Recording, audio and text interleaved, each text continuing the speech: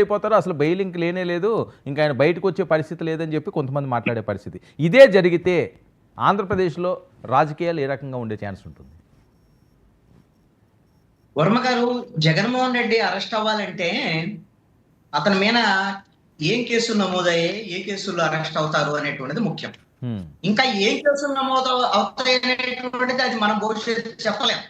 ఎందుకంటే ఈ ప్రభుత్వం వచ్చిన దగ్గర నుంచి ఈ 12 నెలల కాలంలో మొదటి అసెంబ్లీ సమావేశాల దగ్గర నుంచి ముఖ్యమంత్రి చంద్రబాబు నాయుడు, మంత్రుల దగ్గర నుంచి జగన్మోహన్ రెడ్డి ప్రభుత్వం హయాంలో జరిగినటువంటి కుంభకోణాల మీద పుంకాలుగా మాట్లాడుతున్నారు. 7 వైట్ పేపర్స్ రిలీజ్ చేశారు. ఒక్కటంటే ఒక్క కేసు కూడా ఈ రోజున జగన్మోహన్ రెడ్డి మీద కుంభకోణాలకు సంబంధించినటువంటి కేసు నమోదు కాలేదు. ఇప్పటి వరకు ఏ ఒక్క కేసు నమోదు అవ్వాలి. అతని మీద నమోదైనటువంటి కేసులు ఏంటి? 2 కేసులు నమోదైన. ఆ 2 కేసులు ఏంటి? మొట్టమొదటిది రఘురామకృష్ణరాజుని వైసీపీ ప్రభుత్వం ఉన్నప్పుడు అప్పుడు సిఐడి వాళ్ళ కస్టడీలో కొట్టినటువంటి కేసుకు సంబంధించినటువంటి దాంట్లో A3 నిందితుడుగా జగన్మోహన్ రెడ్డిని పెట్టారు. ఇది ఎన్ని రోజుల క్రితం? ఒక 7-8 నెలలు అవుతుంది.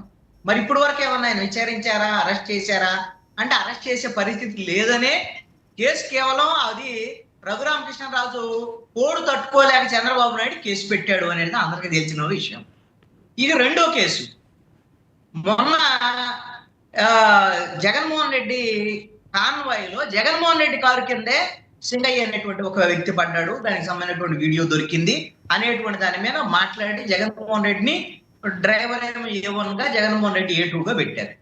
ఈ కేసులో ఆయన నాన్ బెయిలబుల్ కి సంబంధించినటువంటి సెక్షన్స్ పెట్టారు, BNS అవన్నీ ఓకే. కానీ ఈ కేసులో ఈ పోలీసులు అరెస్టు చేయలేరు అనేటువంటిది నాకున్నటువంటి పరిశీలన ప్రకారం చెప్తున్నా.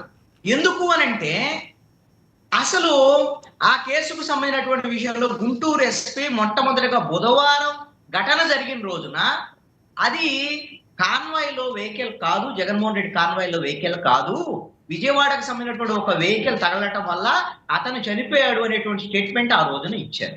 బుధవారం అయిపోయింది, గురువారం, శుక్రవారం, శనివారం, ఆదివారం ఒక వీడియో వచ్చింది బయటికి. ఆ ఆదివారం వీడియో ఏంటంటే జగన్మోహన్ రెడ్డి కారు కింద ఆయన మనిషి ఉన్నాడు అనేటువంటి దాని మీద. అది 37 సెకండ్ల వీడియో. ఇంకా దానికి ముందు వెనక ఏమీ లేవు, ఏ ఆధారాలు లేవు. సరే, అది ఆ రోజున ఎస్పీ ప్రెస్ కాన్ఫరెన్స్ పెట్టాడు. ఏం చెప్పాడు? బుధవారం రోజు మాకు ఉన్నటువంటి సమాచారం ప్రకారంగా ఆ రోజున కేసు నమోదు చేసాం, సో కార్ అని చెప్పాము, అదేమి 100% కాదు. ఇప్పుడు ఇది ఒక వీడియో దొరికింది, ఇప్పుడు కూడా ఈ విధంగా కేసు నమోదు చేశాం, ఈ విధంగా నిందితులను చేర్చాం, దీని మీద కూడా అండర్ ఇన్వెస్టిగేషన్ అనేటువంటి విషయాన్ని చెప్పాడు. ఇది 100% కాదు. ఈ వీడియో ఫేకా కాదా, ఆర్టిఫిషియల్ ఇంటెలిజెన్స్ ద్వారా తయారు చేసిందా, డీప్ ఫేకా ఏంటి అనేటువంటి దాని మీద పోలీసులు ఫోరెన్సిక్ ల్యాబొరేటరీకి పంపించి దాని ద్వారా నిర్ధారణ చేసుకున్న తర్వాత దానికి అదనంగా సర్కమ్స్టాన్షియల్ ఎవిడెన్సెస్ కి సంబంధించినటువంటి విషయంలో ముందు వెనక వీడియోలకు సంబంధించినటువంటి విషయంలో ఏవైనా వాళ్ళకు దొరికితే ఆధారాలు దానికి సంబంధించినటువంటి విషయంలో ముందుకెళ్ళేది. ఈ కేసులో జగన్మోహన్ రెడ్డిని కేవలం ఇతను మనుషులను తొక్కించుకొని వెళ్తాడు, ఇతనికి మనుషుల ప్రాణాలంటే లెక్క లేదు అని ప్రచారం చేయటానికి తప్ప ఈ కేసు దేనికి పనికిరాదు. ఇక 3వ కేసు, ఇప్పుడు మీరు చెప్పిన కేసు ఏం చెప్పారు? ఆయన జగన్మోహన్ రెడ్డి గుంటూరు మిర్చియాడ్డుకు వచ్చాడు. అప్పుడు ఆ రోజున ఎమ్మెల్సీ ఎన్నికలకు సంబంధించినటువంటి కోడ్ ఉందట. ఇప్పుడు ఎవరి తరఫున వచ్చాడు? రైతుల సమస్యల మీద వచ్చాడు, రైతుల సమస్యల మీద పోరాటం చేశాడు. అవి నీవు ఒక ఉద్యమం చేయడానికి, ఒక సమస్య ఉందని పోరాటం చేయడానికి ఎన్నికల కోడ్ అని ఆయన ఎన్నికల ప్రచారం చేస్తున్నాడా? ఆయన ఏమైనా ఎమ్మెల్సీ ఎన్నికలకు సంబంధించిన ప్రచారం చేస్తున్నాడా? పోరాటానికన్నా కోడ్కు సంబంధం లేదు. దానికి వాడు అరుస్తాడు, నా సమస్య ఉంది ఇది అని. అలాగే వాళ్ళందరి తరఫున, రైతుల తరఫున, ఆత్మహత్యలు చేసుకున్న వాళ్ళ తరఫున జగన్మోహన్ రెడ్డి వచ్చి మాట్లాడితే దానికి కోడ్ ఏంటి? కేసు పెట్టారు మీరు. ఏమై జగన్మోహన్ రెడ్డికి నెత్తిన పాలు పోసినట్టు అయిందంటే జగన్మోహన్ రెడ్డి రైతుల తరఫున ఆయన పోరాటం చేస్తుంటే ఈ ప్రభుత్వం అక్రమంగా కేసులు పెట్టింది, అన్యాయంగా కేసులు పెట్టింది అని వైఎస్ఆర్ కాంగ్రెస్ పార్టీ ప్రచారం చేసుకోవడానికి ఒక ఆయుధం ఇచ్చినట్టయింది. ఈ పిచ్చి కేసుల వల్ల ఏమన్నా ప్రయోజనం ఉంటుందా? పోనీ నువ్వు అరెస్ట్ చేసే దాంట్లో ఏమన్నా ఎన్ని రోజులు ఉంటాడు జైల్లో, ఏ విధంగా ఉంటుంది, ఏంటి దీనివల్ల ప్రయోజనం?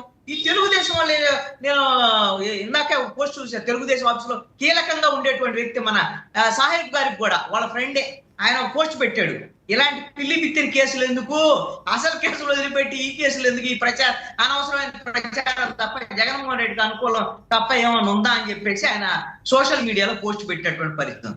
అరే ఎన్ని కుంభకోణాలకు సంబంధించినటువంటి చంద్రబాబు నాయుడు ఉపన్యాసాల మీద ఉపన్యాసాలు ఇచ్చాడు, 7 శాఖలకు సంబంధించినటువంటి కుంభకోణాల మీద వైట్ పేపర్స్ రిలీజ్ చేశాడు, వాటి మీద ఆధారాలు కూడా ఉన్నాయి. మీరు ఆయన 5 ఏళ్ల పాటు గగ్గోలు పెట్టారు, కేసులు పెట్టండి. జగన్మోహన్ రెడ్డిని అస్సలు వదిలిపెట్టొద్దని చెప్తున్నా మొదటి నుంచి కూడా. ఎందుకు అంటే జగన్మోహన్ రెడ్డి తప్పు చేసినా, కుంభకోణాలు చేసినా, అవినీతి చేసినా అది ప్రజాధనము. దాన్ని జగన్మోహన్ రెడ్డిని ఆ నేరస్తుడుగా మీరు నిర్ధారణ చేసి జైలుకు పంపించి ప్రజాధనాన్ని ఖచ్చితంగా వెలికి తీసుకొని రావాల్సినటువంటి బాధ్యత మీ ప్రభుత్వం మీద ఉంది. అది చెయ్యకుండా మీరు ఇలాంటి పిచ్చి కేసులతో కేవలము రాజకీయ ప్రచారం కోసం మాత్రమే జగన్మోహన్ రెడ్డి మీద చేస్తున్నారు. ఇప్పుడు అదేమనంటే సాహెబ్ గారు చెప్పొచ్చు ఏమని, ఇప్పుడు తవ్వుతున్నామండి కృష్ణాంజలి గారు వాళ్ళు ఏం చెప్తున్నారో చూసిన తర్వాత మళ్ళీ మీరు రెస్పాండ్ ఎదురు గారు. వాళ్ళు ఏం చెప్తున్నారో చూసిన తర్వాత మీరు రెస్పాండ్ ఎదురు గారు. సాహిబ్ గారు ఏం చేస్తున్నారు మనం ముందే చెప్పేసాం అనుకోండి, ఆయన చెప్పడం మానేసి ఇంకోటి చెప్తారేమో. సాహిబ్ గారు మీ తెలుగుదేశానికి సంబంధించిన ఓకే